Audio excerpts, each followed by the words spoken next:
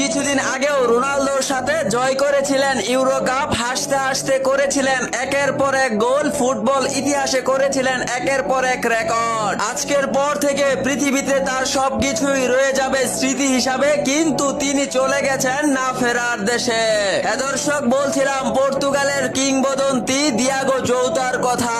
গতকাল স্পেনের সড়ক দুর্ঘটনায় মাত্র 28 বছর বয়সেই পৃথিবী থেকে চিরতরে বিদায় নিয়েছেন পর্তুগালের ফুটবলার দিয়াগো জৌতা। দিয়াগো জৌতার এমন মৃত্যুতে পুরো ফুটবল বিশ্বে নেমে এসেছে এক সুখের ছায়া।